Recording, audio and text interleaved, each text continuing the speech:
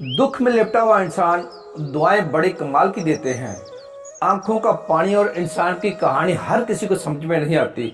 सबसे बड़ी गलती जो लोग करते हैं, आधा सुनते हैं, थोड़ा समझते हैं और ज़्यादा बताते हैं। किसी ने पूछा घमंड क्या है, बहुत खूबसूरत जवाब दिया। खाक से बने इंसान का औकात भूल जाना। सच्ची बात है, सीधे लोग और मुश्किल रास्ते अक्सर लोगों को पसंद नहीं आते हैं। जब कोई ना समझ रहा हो तो खामोश रहना ही बेहतर है, क्योंकि बहस रिश्तों को बिगाड़ देती है। पानी और वाणी ज्यादा मर्यादा तोड़े तो हमेशा विनाश ही होता है। अपनी कदर कीजिए, क्योंकि अपने सिवा कोई अपना नहीं। ये कल युग है जहाँ सच्चे को धोखा और झूठे को मौका मिलता है। आपका तो सिर्फ नाम बदनाम है। जलते तो जहाँ एक दूसरे से हैं। किसी से जलन करोगे तो कुछ ना पाओगे। हर हाल में ईश्वर का शुक्र करोगे तो सुख गिन ना पाओगे।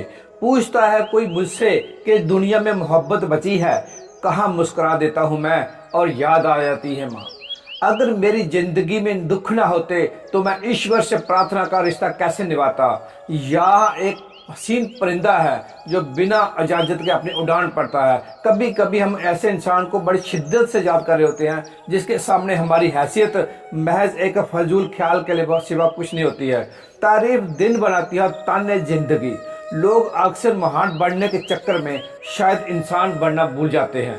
सूर्य और पिता की गर्मी को सहन करना सीखो, क्योंकि ये दोनों जब डूबते हैं तब चारों ओर अंधेरा छा जाता है। इंसानियत तो बहुत बड़ा खजाना है, उसे कपड़ों में नहीं इंसान में तलाश करो। बस इतना सा हुनर सीखना है, जमीन पर रहकर आसमान जीतना है। इंसान के जीवन में ये तीन चीजें बड़ी उलझी हुई होती हैं, दिल, दिमाग और तकदीर। दोस्तों, अक्सर ये सवाल उठता है कि इंसान के भाग्य में जो लिखा है वही होगा। क्या इंसान उसे अपने हुनर से बदल भी सकता है? आपको क्या लगता है, भाग्य बढ़ा है जब बुद्धि? आइए इस कहानी के माध्यम से समझते हैं कि एक समय की बात है। नीलकंठ चिड़िया और तोता एक मंदिर के बाहर बैठे हुए थे। रोज उनका उठना बैठना वही होता था। वे पूर्ण श्रद्धा से ईश्वर की भक्ति किया करते थे। एक दिन नीलकंठ चिड़िया और तोता दोनों बैठे हुए थे। तब तोता नीलकंठ से चिड़िया से पूछता है और कहता है, हे नीलकंठ चिड़िया, भाग्य बड़ा है जब बुद्धि। नीलकंठ चिड़िया कहती है, तुम्हारे प्रश्न का उत्तर तुम्हें एक कहानी के माध्यम से मिलेगा। शांत चित्त होकर बैठ जाओ, मैं तुम्हें एक कहानी सुनाती हूँ। इस कहानी को ध्यान और गौर से सुनो। तोता कहता है, ठीक है, और वो शांत चित्त होकर बैठ जाता है। अपने दोनों कानों से नीलकंठ चिड़िया की हर बात को बड़े ध्यान से सुनने लगता है। नीलकंठ चिड़िया कहानी शुरू करती है। वह कहती है, प्राचीन समय की बात है। एक बार ब्रह्मा जी का दरबार लगा हुआ था। सभी देवतागण दरबार में उपस्थित थे। भाग्य और बुद्धि भी वही मौजूद थे। दरबार में बात करते करते भाग्य और बुद्धि के बीच नोकझोंक शुरू हो गई। भाग्य कहता है, जो काम मैं करता हूँ वो बुद्धि नहीं कर सकती। बुद्धि कहती है, मूर्ख मत बनो। जब मैं किसी का साथ छोड़ देती हूँ वह आदमी पागल हो जाता है और मृत्यु को प्राप्त हो जाता है। तुम कितना भी उसका साथ दो, लेकिन वो मेरे बिना कुछ नहीं कर सकता। तब भाग्य कहता है, अरे मूर्ख बुद्धि, तुम नहीं जानती कि जिसका साथ मैं छोड़ देता हूँ वो चाहे जितना भी बुद्धिमान हो उसका भला नहीं हो सकता। बुद्धि कहती है, मैं बड़ी हूँ, मैं ही श्रेष्ठ हूँ। भाग्य कहता है, नहीं, मैं बड़ा हूँ, मैं ही श्रेष्ठ हूँ। इस बात विदाल को देखकर ब्रह्मदेव ने दोनों को रोकते हुए पूछा, तुम दोनों झगड़ क्यों रहे हो? भाग्य ने उत्तर दिया, ब्रह्मदेव, जिस मनुष्य का साथ मैं छोड़ देता हूँ वह जीवन भर दरिद्र और दुखी रहता है। बुद्धि ने कहा, नहीं ब्रह्मदेव, भाग्य झूठ बोल रहा है। जब मैं किसी का साथ छोड़ देती हूँ वो चाहे जितना भी भाग्यशाली हो कुछ नहीं कर सकता। बुद्धिहीन मनुष्य हमेशा मृतक के समान होता है। ब्रह्मदेव ने दोनों की बात ध्यान से सुनी और सोचा कि इस समस्या का हल सिर्फ एक परीक्षा से ही संभव है। उन्होंने कहा, तुम दोनों अपनी अपनी शक्ति का प्रदर्शन करो। मृत्यु लोक में एक निर्धन बुढ़िया और उसका 21 वर्षीय बेटा रहता है। उनके पास खाने के लिए अनाज का एक दाना भी नहीं है। तुम दोनों में से इस लड़के को धनवान और सम्राट बना देगा, वही श्रेष्ठ माना जाएगा। भाग्य ने कहा, यह तो मेरे लिए बहुत सरल है। बुद्धि बोली, ये सरल नहीं है। जब तक मैं उसका साथ नहीं दूंगी तब तक उसे राजा नहीं बना सकते। ब्रह्मदेव ने कहा, तुम दोनों इस लड़के पर अपनी अपनी शक्ति का प्रयोग करो और ये सिद्ध करो कि तुम दोनों में से कौन बड़ा है। भाग्य ने कहा, ब्रह्मदेव, पहले मुझे अपनी श्रेष्ठता सिद्ध करने का अवसर दे। ब्रह्मदेव ने अनुमति दी। बुद्धि ने कहा, ब्रह्मदेव, मैं भी इस लड़के का साथ छोड़ रही हूँ। भाग्य ने उत्तर दिया, ठीक है, तुम इस लड़के का साथ छोड़ दो और देखो कि मैं ऐसे कैसे सम्राट बनाता हूँ। बुद्धि बोली, ध्यान रखना, ये व्यक्ति जीवित रहना चाहिए। भाग्य बोला, आज तुम्हारी हार निश्चित है क्योंकि मैं ही तुमसे अधिक शक्तिशाली हूँ। बुद्धि बोली, ठीक है, मैं अभी इसी समय इस लड़के का साथ छोड़ रही हूँ। ऐसा कहकर उस बुद्धि ने उसका साथ छोड़ दिया। बुद्धि का साथ छोड़ते ही वो लड़का अपने शुद्ध बुद्ध खो बैठा। वो एक निर्गुणी बनकर रह गया, पागल और मूर्ख बनकर जीने लगा। और भाग्य अपना काम शुरू करता है। भाग्य देखता है कि उस व्यक्ति के पास कुछ भी नहीं है, एक घास फूस की बनी झोपड़ी है और केवल 4 बकरी हैं। वो लड़का उन बकरियों के खाने के लिए पेड़ पौधों की पत्तियां काट कर लाता है और उन्हें चराता है। वो पूरा दिन इसी में बिता देता है। उसकी स्थिति देखकर भाग्य सोचता है, इसके पास न पहनने के लिए अच्छे वस्त्र हैं, ना ही इसके पैरों में पहनने के लिए जूते। अब मैं इसका साथ देकर इसे राजा बनाऊंगा। भाग्य ने पासा पलटा। जिस रास्ते वो चरवाहा निकल रहा था, भाग्य ने वहां एक सुंदर सोने के जूते रख दिए। लड़के की नजर उन जूतों पर पड़ी, लेकिन वो ये नहीं पहचान पाया कि ये सोने के जूते हैं। उसे तो बस पैरों में पहनने के लिए जूते चाहिए थे। उसने जूतों को उठाया और पहन लिया। वो सोचने लगा, चलो जूते तो मिल गए, इससे मेरा बहुत समय का काम चल जाएगा। आप जंगल से चारा लाते हुए और बकरियों को चराते हुए मेरे पैरों में कांटे नहीं लगेंगे। जूतों को पहनकर वो अपने घर आ गया। प्रतिदिन उसकी यही दिनचर्या चलती रही। वो जंगल में बकरियों को चराने जाता और पेड़ पौधों की पत्तियां काट कर लाता। उसकी माता की बुद्धि भी समाप्त हो गई थी क्योंकि बुद्धि उसे भी छोड़कर चली गई थी। भाग्य ने तो उसे चरवाहे का खूब साथ दिया, लेकिन उसके जीवन में कोई बड़ा बदलाव नहीं आया। भाग्य सोचने लगा, मैंने इसे सम्राट बनाने का संकल्प लिया है, पर ये तो मूर्ख और पागल जैसा व्यवहार कर रहा है। ये जब देख रही है। बुद्धि ने भाग्य से कहा, क्या तुम नहीं जानते कि मैंने उसका साथ छोड़ दिया है? जब मैं किसी का साथ छोड़ देती हूँ तो वो ऐसा ही व्यवहार करता है। भाग्य ने उत्तर दिया, मैं भी देखता हूँ कि तुम क्या कर सकती हो, अब तुम भी देखो मैं क्या करता हूँ। उस देश के नजदीक अन्य देश का राजा धीरज सिंह था। उसके दरबार में एक व्यापारी था जो अलग अलग देशों और स्थानों पर जाकर व्यापार करता था। वो व्यापारी ऊंटों पर पीतल लाकर ले जाता और दूसरे देशों में व्यापार करता। एक दिन वह व्यापारी उसी जंगल से गुजर रहा था जहां वो चरवाहा अपनी बकरी चरा रहा था। उस व्यापारी ने देखा कि चरवाहे के पैरों में सोने के जूते हैं। वो वह उनकी कोई कदर नहीं कर रहा। उसे देखकर लगता था कि वो इन जूतों की कीमत के बारे में नहीं जानता है। व्यापारी अपने ऊंट से नीचे उतरकर चरवाहे से पूछने लगा, भाई ये जूते तुम्हें कहाँ से मिले? चरवाहे ने उत्तर दिया, ये जूते मुझे इस जंगल में रास्ते पर पड़े मिले थे। व्यापारी ने पूछा, क्या तुम ये जूते बेचना चाहोगे? चरवाहे ने कहा, जरूर बेच दूंगा। इन्हें पहनते पहनते मुझे बहुत समय हो गया है, लेकिन ये टूटते या फटते नहीं है, ये काफी मजबूत है। व्यापारी ने कहा, इन जूतों के बदले मैं तुम मुझे जो मांगो मैं वो दे दूंगा। चरवाहे ने उत्तर दिया, मुझे इन जूतों के बदले ज्यादा कुछ नहीं चाहिए, बस 2 बोरी अनाज चाहिए जिससे मुझे और मेरी माँ को 2 समय का भोजन मिल सके। हम तो भूखे मर रहे हैं। व्यापारी ने वो सोने के जूते 2 कोड़ी अनाज के बदले ले लिए। सोने के जूते पाकर व्यापारी बहुत खुश हो गया। वो चरवाहे को 2 बोरी अनाज देकर चला गया। ये देखकर बुद्धि ने भाग्य से कहा, भाग्य देख रहे हो, तुम्हारे सोने के जूते तो 2 बोरी अनाज के बदले बिक गए, तुम्हारे ये स्वर्ण जूते अनाज में बदल गए। भाग्य ने बुद्धि की बात सुनकर कहा, बुद्धि तुम चिंता मत करो, मैं जिसका भी साथ देता हूँ उसे कोई भी राजा बनने से नहीं रोक सकता। मैं इसे महान सम्राट बनाकर ही रहूंगा। बुद्धि कहने लगी, भाग्य तो मेरे बिना कुछ नहीं कर सकते, देखना तुम इसे अवश्य मार दोगे, ये बेचारा कहीं राजा बनने से पहले ही मर ना जाए। भाग्य ने कहा, बुद्धि तुम कैसी बातें कर रही हो, देखना अब मैं क्या करता हूँ। इतना कहकर भाग्य फिर से उस व्यक्ति के पास गया। उसने दूसरे सोने के जूतों की जोड़ी जो सोने चांदी और हारों से जड़ी हुई थी उसी रास्ते पर रख दी जहां से चरवाहा बकरियों के लिए पत्ते लेने जंगल जा रहा था। जब चरवाहे को फिर से सोने के जूते मिले वो बहुत प्रसन्न हुआ।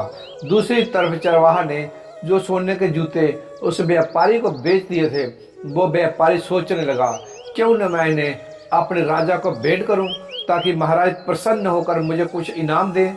ये सोचकर व्यापारी सोने के जूते लेकर राजा के धीरज सिंह के राजमहल में गया। राज दरबार में जाकर उसने सोने के जूते राजा को दे दिए और कहा, महाराज ये स्वर्ण जूते हैं, मैं खास तौर पर आपके लिए लाया हूँ। ये जूते अद्भुत हैं। ऐसे जूते तो हमारे महाराज के पास ही होने चाहिए। महाराज धीरज सिंह जूतों को देखता है बहुत प्रसन्न हुआ। सोने के सुंदर जूते देखकर उन्हें ऐसा लग रहा था कि जैसे ये जूते देवलोक से आए हों और देवताओं ने इन्हें बनाया हो, मानव स्वयं विश्वकर्मा ने इन्हें बनाया हो। इतने सुंदर जूते देखकर वो खुश हो गए और अपने मंत्री से कहने लगे, मंत्री जी, इस व्यापारी को 20 सहस्त्र स्वर्ण मुद्राएं इनाम में दी जाए। राजा धीरज सिंह ने उस व्यापारी को 20 सहस्त्र मुद्रा दे दी, इनाम में दे दी। इतनी ज्यादा स्वर्ण मुद्रा पाकर व्यापारी बहुत खुश हो गया और अपने व्यापार को बढ़ाने की सोचने लगा। इसके बाद वो दोबारा ऊंटों पर बैठ पीतल लादकर दूसरे देश में व्यापार के लिए चल पड़ा।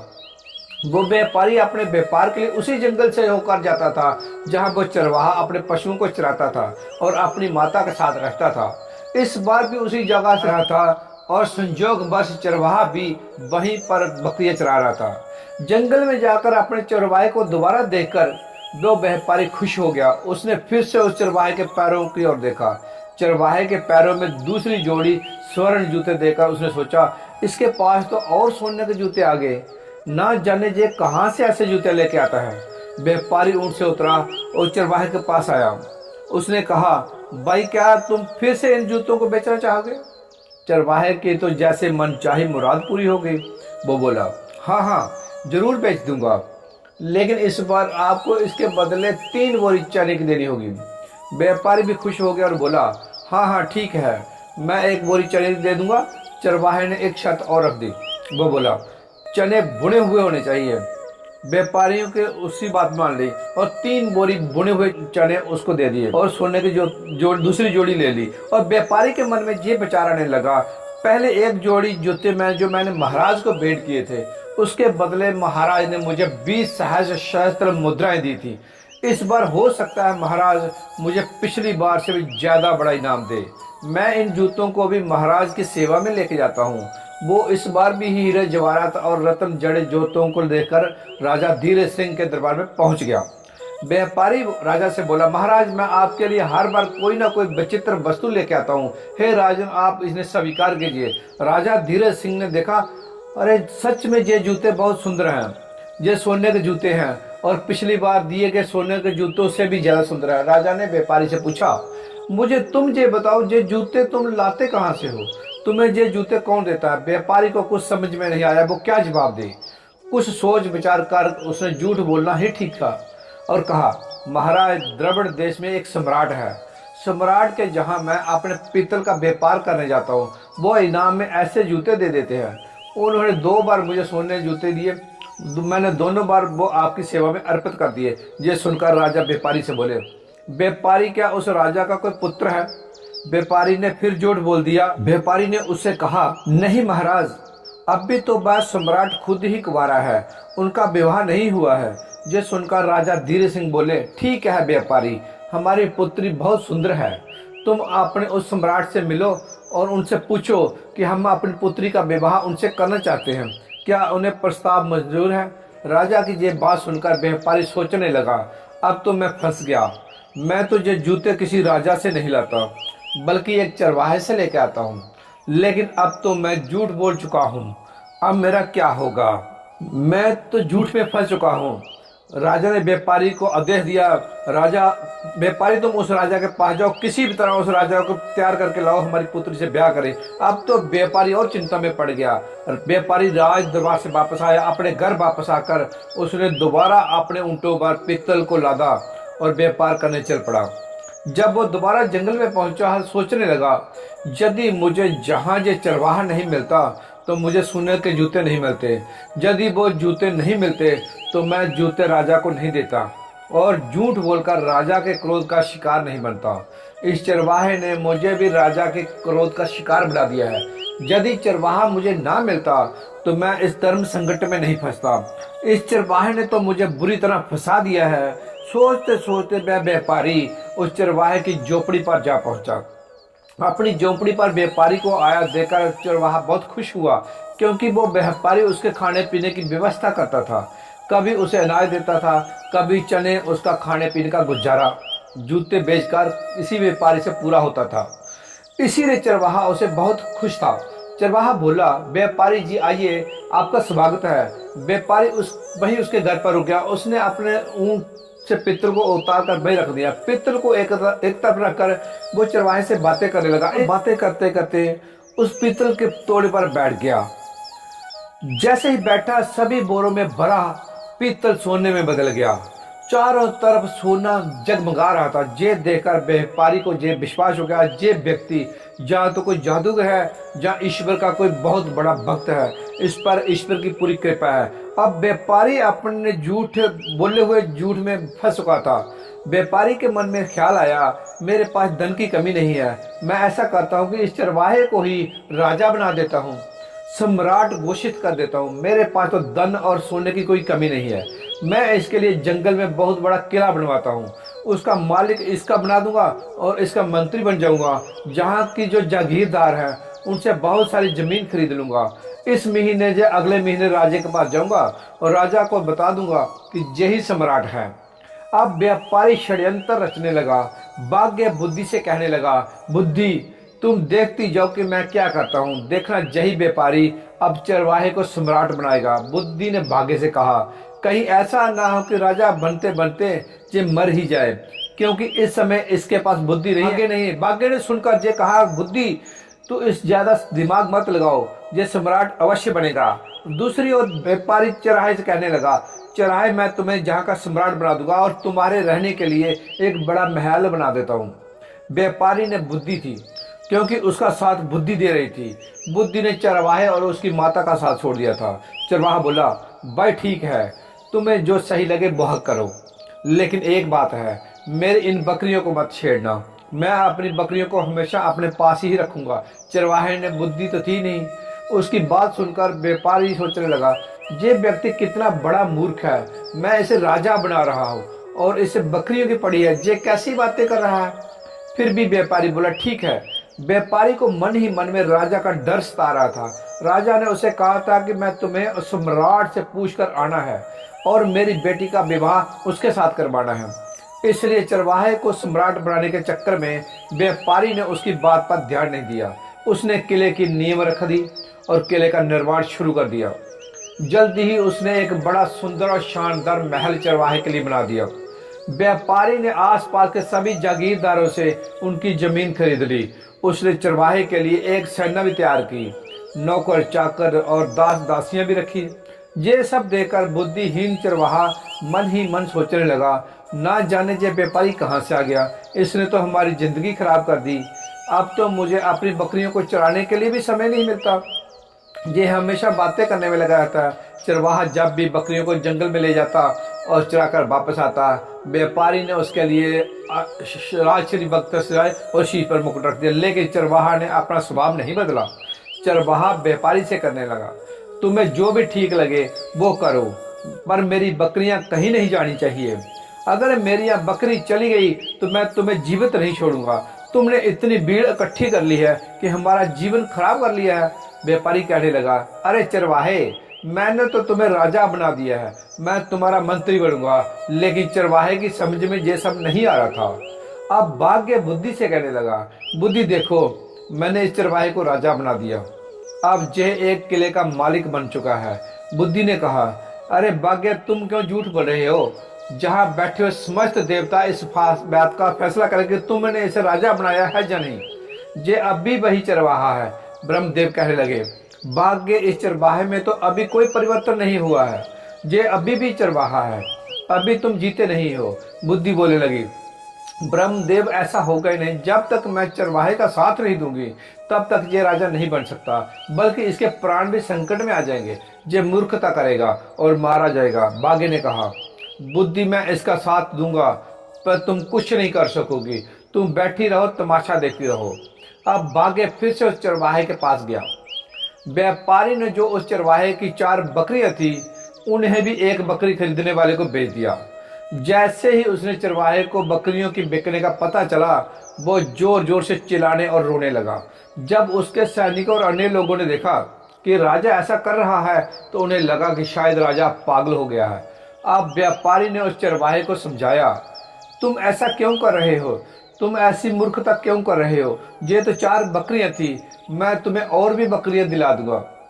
व्यापारी की ये बात सुनकर चरवाहा मान गया। फिर वो व्यापारी के पीछे पड़ गया। चलिए मुझे आज ही बकरियां खरीद कर दीजिए। व्यापारी ने उससे कहा, देखो भाई, अब तुम सम्राट बन गए हो, राजा बन गए हो, तुम ऐसी छोटी छोटी बातें क्यों करते हो? बच्चों जैसी बातें मत करो। मैं तो तुम्हारा विवाह करवाऊंगा। अपनी माता से पूछो, हमारे जहाँ के राजा धीरे सिंह की पुत्री बहुत ही सुंदर है, उनसे तुम्हारी शादी करवाऊंगा। लेकिन चरवाहे में तो बुद्धि ही नहीं थी। वो व्यापारी से कहने लगा, तुम मेरा क्या विवाह करवाओगे? उसकी माता भी कहने लगी, अब विवाह से क्या होगा, हमारी जिंदगी तो हमारी खराब कर दी। तुमने हमारी इतने भीड़ भाड़ में लाकर पटक दिया है। कहाँ हम इतनी शांति से रहते थे, अपनी बकरियां चराते थे और अपनी झोपड़ी में मजे से रहते थे। अब व्यापारी सोचने लगा, लगता है ये दोनों माँ बेटा पागल है, अब मैं क्या करूं? ऊपर से उसके महाराज धीरज सिंह का डर सता रहा था। उसके मन में यही विचार आ रहा था कि इनकी सहायता तो मुझे करनी ही पड़ेगी। ऐसे ही समय गुजरता गया। तब तक 6 महीने का समय पूरा हो गया। अब व्यापारी अपने देश में महाराज धीरज सिंह के पास पहुंचा। महाराज से कहने लगा, महाराज अब आप अपने नाई और ब्राह्मण को भेज दीजिए। मैंने अपने सम्राट को मना लिया है, वो आपकी बेटी से शादी करने के लिए तैयार है। ये सुनकर राजा धीरज सिंह बहुत खुश हुए और उसने नाई और ब्राह्मण को बुलाया और दोनों को व्यापारी के साथ सम्राट के पास भेज दिया। व्यापारी उन दोनों को लेकर चल पड़ा और उन्हें चरवाहे के महल में लेकर आया। उसने चरवाहे को राजसी वस्त्र पहनाए। चरवाहा व्यापारी से कहने लगा, ये तुम क्या कर रहे हो? ऐसे भी कहीं विवाह होते हैं? व्यापारी बोला, अब तुम चुप रहना, अब बिल्कुल मत बोलना, नहीं तो महाराज धीरज सिंह तुम्हें और मुझे दोनों को फांसी की सजा दे देंगे। यह सुनकर चरवाहा बुरी तरह डर गया और व्यापारी की बात मान गया। राजा की ना ही ब्राह्मण और सिकाई कर देते हैं और शुभ मुहूर्त देकर विवाह का दिन तय कर देते हैं। उसे बता देते हैं कि आपको इस दिन बारात लेकर महल में आना है। इसके बाद नाई और ब्राह्मण वापस अपने राज्य लौट जाते हैं। महल में पहुंचने के बाद राजा ने उनसे पूछा, सम्राट कैसा है? नाई और ब्राह्मण बोले, महाराज उसके पास तो किसी चीज की कमी नहीं है, बहुत सारा सोना है, खजाने भरे पड़े हैं, वो तो बहुत महान राजा दिखाई पड़ता है। उनकी बात सुनकर राजा धीरज सिंह बड़े प्रसन्न हुए। अब धीरज सिंह ने आज से शादी की तैयारी शुरू कर दी। धीरे धीरे समय बीतता गया और विवाह का शुभ दिन नजदीक आ पहुंचा। विवाह के दिन व्यापारी ने चरवाहे को खूब सजाया, दूल्हा बनाया और एक सुंदर रथ में बिठाकर उसकी बारात लेकर चल पड़ा। इधर व्यापारी चरवाहे को शादी को लेकर जा रहा था, उधर भाग्य बुद्धि से कहने लगा, देखो बुद्धि, अब मैं चरवाहे का विवाह भी राजा की पुत्री से करवा रहा हूँ। बुद्धि मुस्कुराकर बोली, भाग्य बस देखते जाओ, तुम्हें अभी इसकी मृत्यु का षड्यंत्र रच दिया है। तुम्हें भी पछतावा होगा कि तुमने ये क्या कर दिया। ये चरवाहा भी तुम्हारे जाल में फंस चुका है। तुम तो इसे राजा बनाने की बात कर रहे हो, देखते जाओ तुम्हारे कारण एक चरवाहा अपने प्राण खोल देगा। भाग्य बोला, बुद्धि, जब मैं इसका साथ दे रहा हूँ तुम क्यों परेशान हो रही हो? बस तुम देखती रहो कि मैं क्या करता हूँ। कुछ दिन का सफर तय करने के बाद चरवाहे की बारात राजा धीरज सिंह के जहाँ पहुँच जाती है। जब राजा ने देखा बारात पहुँच चुकी है, वो अपने मंत्रियों के साथ ढेर सारे उपहार लेकर बारात का स्वागत करने के लिए नगर के द्वार की ओर चल पड़ा। दूसरी ओर चरवाहे ने जब देखा कि सामने से ढेर सारी तलवार लेकर कोई राजा सेना के साथ आ रहा है, वो बुरी तरह से डर गया और अपने रथ से उतरकर भागने लगा।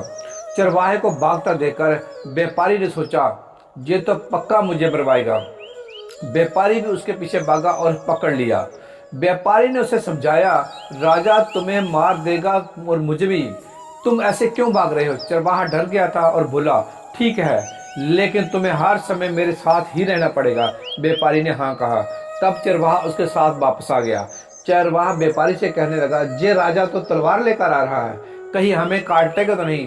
व्यापारी ने कहा, नहीं, चिंता मत करो, वो तुम्हें कुछ नहीं कहेंगे, तुम्हारा विवाह होगा, तुम्हें दुल्हन मिलेगी, तुम डरो मत। इतना सुनकर वो चरवाहा वापस अपने रथ पर बैठ गया। राजा ने देखा चरवाहा जो राजा बन चुका था देखने में बहुत सुंदर था। राजा ने बारात का स्वागत किया। व्यापारी हर जगह उसके साथ साथ जा रहा था। जब मंडप में जाने का समय हुआ, व्यापारी धर्म संकट में फंस गया, क्योंकि वहां भी उसे साथ में ही जाना पड़ रहा था। वो मंडप में पीछे बैठ गया। राजा धीरे सिंह ने कहा, व्यापारी तुम इसके साथ साथ क्यों रहते हो? व्यापारी बोला, महाराज मैं इनका मंत्री हूँ, इन्होंने मुझे मंत्री बनाया है। इसके बाद राजा ने अपनी पुत्री का विवाह उस चरवाहे के साथ कर दिया। विवाह संपन्न होने के बाद राजा ने दामाद को महल का एक भाग दे दिया। राजा का कोई पुत्र नहीं था, इसलिए वो दामाद को अपने पास ही रखना चाहता था ताकि भविष्य में वो राज सिंहासन उसे सौंप सके। अब व्यापारी को रहने के लिए अलग स्थान दे दिया। व्यापारी मन ही मन घबरा रहा था कि कहीं चरवाहा उसका वेद ना खोल दे। उधर चरवाहा बहुत प्रसन्न था। ये देखकर बुद्धि मुस्कुराई। भाग्य बोला, देखते रहो, मैंने इसका विवाह राजा की पुत्री से करवा दिया है। आप ये चरवाहा सम्राट बनने वाला है।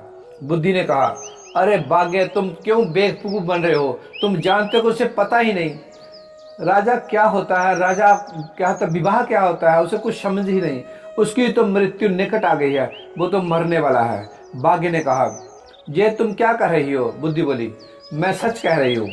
मैंने जब इसका साथ छोड़ा था ये तभी से मृतक के समान हो गया था, क्योंकि बुद्धिहीन व्यक्ति तो वैसे मृतक के समान होता है।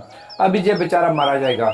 बुद्धि ने आगे कहा, तुम तो ऐसे बचाने की कोशिश करो, नहीं तो ये मरने वाला है। भाग्य बोला, ये मरेगा नहीं, क्योंकि इसकी शादी हो गई है। अब ये आराम से वहां पर रहेगा और फिर से सम्राट बनेगा। और रात्रि का समय हो गया था। राज परिवार की परंपरा के अनुसार राजकुमारी वधू के वेश में सज धज कर खाना लेकर रात को अपने पति के कक्ष में गई। चरवाहे ने इतनी सुंदर और आभूषणों से लदी कन्या सपनों में नहीं देखी थी। वो डर गया। उस बुद्धिहीन चरवाहे को बचपन से अपनी दादी की कहानी सुनाई याद आ गई, जिसमें एक राक्षसी सुंदर वेश बनाकर गहनों से सजी धजी किसी पुरुष को खा जाती है। उसके मन में विचार आया, ये कोई राक्षसी तो नहीं है जो मुझे खाने के लिए आई है। बचपन में सुना था कि राक्षसी सुंदर रूप धारण कर आदमियों का खून पीकर उन्हें मार डालती है। उसने सोचा, राक्षसी के हाथ पड़ने से अच्छा है कि मैं जहाँ से भाग जाऊं। यही सोचकर वो उठा और राजकुमारी को धक्का देकर गिराता हुआ चिल्लाते हुए कमरे से निकल भागा। भागते भागते वो सीधे नदी के किनारे पहुंचा और पानी में कूद गया। जब उसमें पानी में भी अपनी मृत्यु दिखाई दी, वो पानी से बाहर निकलकर नदी के किनारे बैठ गया। राजकुमारी के अपमान की बात सुनकर राजा आग बबूला हो गया। उसने अपने सैनिकों को आदेश दिया कि चरवाहे को जल्दी से ढूंढ कर लाएं। राजा के सैनिकों ने उसे नदी के किनारे बैठा देखा और पकड़कर राजा के पास ले आए। चरवाहे को देखकर राजा का क्रोध आ गया। उसने कठोर दंड देने का निश्चय किया और आदेश जारी कर दिया कि अगले दिन उसे मृत्यु दंड दिया जाए। ये सब देखकर भाग्य माथा पिट रहा था और सोच रहा था, ये तो मूर्ख निकला। मूर्ख ने मेरी सारी योजना चौपड़ कर दी। तभी बुद्धि मुस्कुराती हुई बोली, उसके पास आकर बोली, आखिर तुम हार ही गए, देख लिया। तुमने तुम्हारे लाख कोशिश करने पर भी वो राजा नहीं बन सका। अब इस आदमी को सजा होने जा रही है। बुद्धि ने भाग्य से कहा, देखा तेरे भाग्य के बावजूद भी बिना बुद्धि के ये मारा जाने वाला है। बोलो अब क्या कहते हो? निराश होकर भाग्य बोला, अगर तुम इस आदमी को बचा लो तो मैं हार मान लूंगा। बुद्धि हंसकर बोली, तो ठीक है, अब मेरा कमाल देखो, देखो मैं कैसे इसे बचाती हूँ। इतना कहकर बुद्धि ने चरवाहे में प्रवेश किया। जैसे ही बुद्धि ने चरवाहे में प्रवेश किया, वो अपने बचाव की नई नई तरकीबें सोचने लगा। अगले दिन जब चरवाहे को मृत्यु दंड देने के लिए राजा के सामने पेश किया तो उसने कहा, महाराज आप मेरे ससुर हैं, क्या मैं आपसे पूछ सकता हूँ कि आप मुझे किस अपराध में मृत्यु दंड देने जा रहे हैं? राजा ने कहा, तूने मेरी पुत्री का तिरस्कार कर मेरा घोर अपमान किया है, इसका तुम्हें दंड दिया जाएगा। तब चरवाहा बोला, राजन मेरे कुल में यह मान्यता है कि विवाह के पश्चात पहली रात को यदि वर वधू की जानकारी में कोई व्यक्ति नदी में डूब मरे तो वो वधू विधवा हो जाती है, जहाँ संतानहीन रह जाती है। जब आपकी पुत्री कमरे में आई तभी मैं नदी की ओर भाग गया। मैं अपने आप को रोक नहीं सका और तुरंत जाकर डूबने वाले को बचाने चला गया और नदी में कूद गया और उसकी जान बचा ली। इसके बाद वो व्यक्ति वहां से चला गया और मैं नदी के किनारे बैठा ही था, तभी आपके सिपाही आए और मुझे पकड़ कर ले गए। अगर ये मेरा दोष है तो मुझे अवश्य दंड दो। चरवाहे की बात सुनकर राजा बहुत प्रसन्न हुआ। वो उठकर चरवाहे को गले से लगा लिया, बोला, हमारे बाद तुम ही इस देश के राजा बनोगे। पिता और पुत्री में लज्जित होकर अपने सभ्य व्यवहार के लिए माफी मांगी और फिर तीनों खुशी खुशी महल के अंदर चले गए। उधर ब्रह्मा के दरबार में बुद्धि और भाग्य का फैसला हो चुका था। समस्त देवता बुद्धि की जय जयकार करने लगे। वे कहने लगे, भाग्य तुम कुछ नहीं कर सकते, जिसका साथ बुद्धि नहीं देगी वो कुछ नहीं कर सकता। बुद्धि ने मुस्कुराकर कहा, भाग्य और देखा। भाग्य ने हंसकर कहा, मैं अपनी हार मानता हूँ, तुम वास्तव में मुझसे बड़ी हो। भाग्य से कोई गरीब परिवार में भी पैदा होता है तो वो अपनी बुद्धि विवेक कौशल से सभी सीमाएं लांघकर जीवन में सर्वोच्च स्थान हासिल कर सकता है। इसलिए भाग्य और बुद्धि का दोनों का मनुष्य में जीवन में अपना अपना योगदान है। दोस्तों, ये कहानी आपको कैसी लगी एक प्यारा सा कमेंट करके जरूर बताएं, और ये वीडियो आपको पसंद आया है तो वीडियो को एक